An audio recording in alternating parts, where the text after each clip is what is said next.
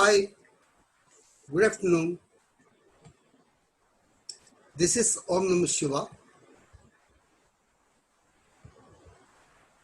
You are welcome to my channel Oil, Gas, Water Knowledge Hub. This presentation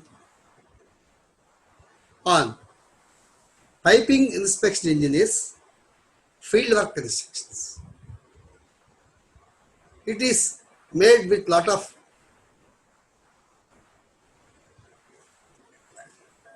things which are most useful in the day-to-day field activities.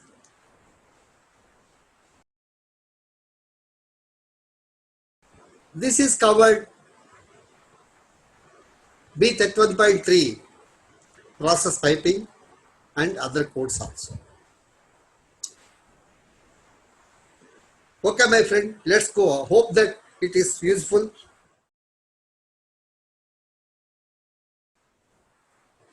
Hardness applicable only on butt welds. Carbon steel in source service, one reading at center of each butt weld.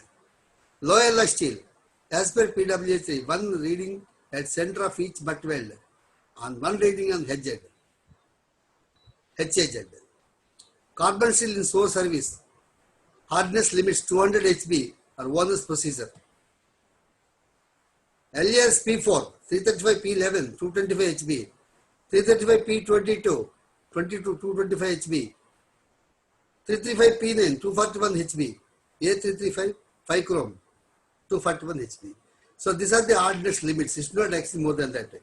Any butt weld exceeding hardness limit shall be reported and either exceeds hardness to be removed by one's established procedure, cut and reweld or subject to PWA3 at 1100 degrees Fahrenheit minimum and retested. So this is the procedure you have to follow for hardness testing. Now we have completed DPT, RT, MPT, UT, fit up, welding, many things we have completed. All the sequential activities we have completed. Now preparation of test bags. Test bags are dossier. Review owner's procedure, ITP, format, numbers and checklists. All test bags shall be checked and ensured for completeness. That means mechanical clearance, isometric and PNDT drawings should be marked as for test limits. All permanent welding related joints, supports shall be ensured completeness as per isometric drawings and compliances with NDE, PWA3 hardness as per relevant lines class before halter test to be confirmed by relevant documents. Documents to be reviewed and physical check to be carried out in the field. Punch list to be prepared for any lacking points, identification of outstanding scope of work. Punch points category A shall be liquidated before pressure test. Punch points category B shall be liquidated before handing over the commissioning. List of formats shall be attached along with the test bag. The test bag means once you have completed all the fabrication activities in field, total piping is completed, fabrication and erection is completed, totally NDT completed, all relevant tests are completed.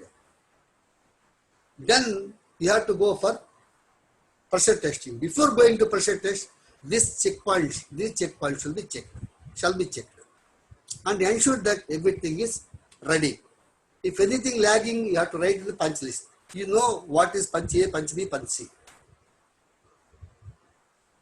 List of formats to be attached along with the pipe. Minimum I'm mentioning here, piping test bag cover sheet, line clearance report, welding NDE for pressure test, check for torque tensioning reports, punch list, coating and wrapping inspection records, pre-test critical components removal, placement and reinstatement, line ISO clearance, mechanical for pressure test, piping test bag clearance for pressure test, pressure relief valves for pressure test purposes, review records, range and calibration, physical check. Pressure test records, piping box up report, test pack cover sheet, check for fireproofing reports wherever applicable, handing over documents for completed test packs, checklist for internal cleaning of piping system. So these are the test packs, minimum documents I have mentioned. Many things are there according to the requirements of the client and owner and contractors. Okay. Pressure test.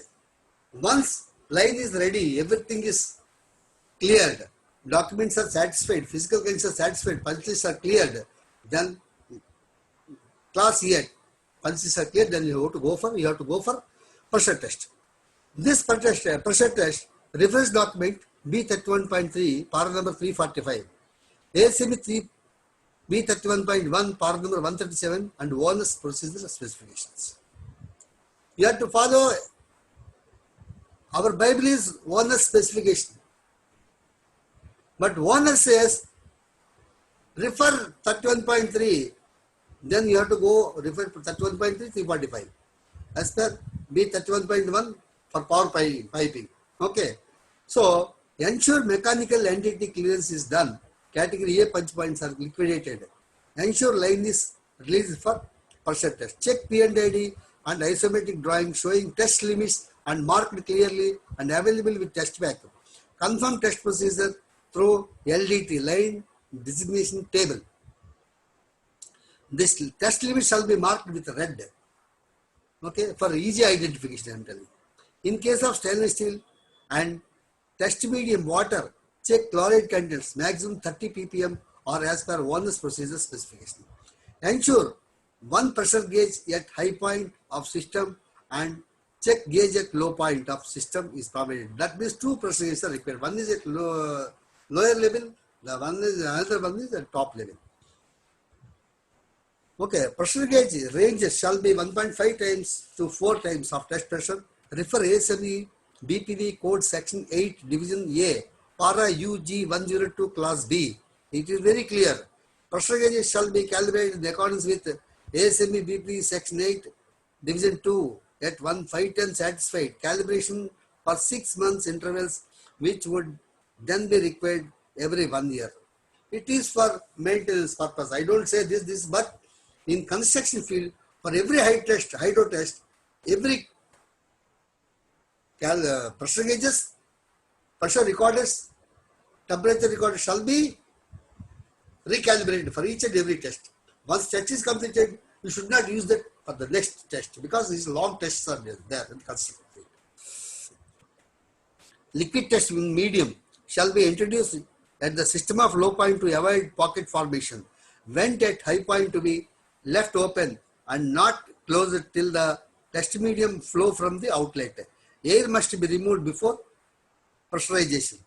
Rate of pressure increases shall not exceed 70 psi 5 bar gauge per minute. Pressure hold for 10 minutes to allow piping to equalize strains. Check the system and then hold for 30 minutes as per owner's procedure specification. During holding time, check all the weld joints, breakup flanges for any leaks. Testing at night shall be restricted to small systems only and ground level. And there must be adequate illumination to detect even the smallest leakage. There shall be no testing of system in pipe racks, elevated structures between sunset and sunrise. We should definitely maintain this. Night time, no hydro test for the larger diameter, smaller in the field. Only small pieces, small diameter with plenty of illumination, then you can do it. But outside, no. Should not be entertained. Should not be considered. Then insulation. Insulation, once test is completed, then many activities are there. Torquing is there. Okay. So then line flushing is there. Dryness is there. Helium test will be there. Many things. That's why I told you I have not covered those things. But you have to go for owner's specification. That's why I used one word. You have to go for as per the specification, owner's specification. Instead of explaining many things here, maybe it will take me a long time. I can make another video for helium testing purpose. I can make another video for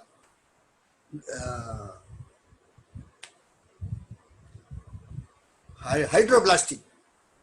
Okay, and like that we can make different videos, but those things are not covered here. But that's why I am specifically telling, as per the one specification you have to follow. Thank you very much, my friends. Your knowledge is your asset. Wish you happy, bright, wonderful career ahead. All the best. Please subscribe my channel. Share this knowledge. I worked in this field for 40 years. I love to pass on the information, whatever I remember in my mind, and I am preparing, collecting some information also.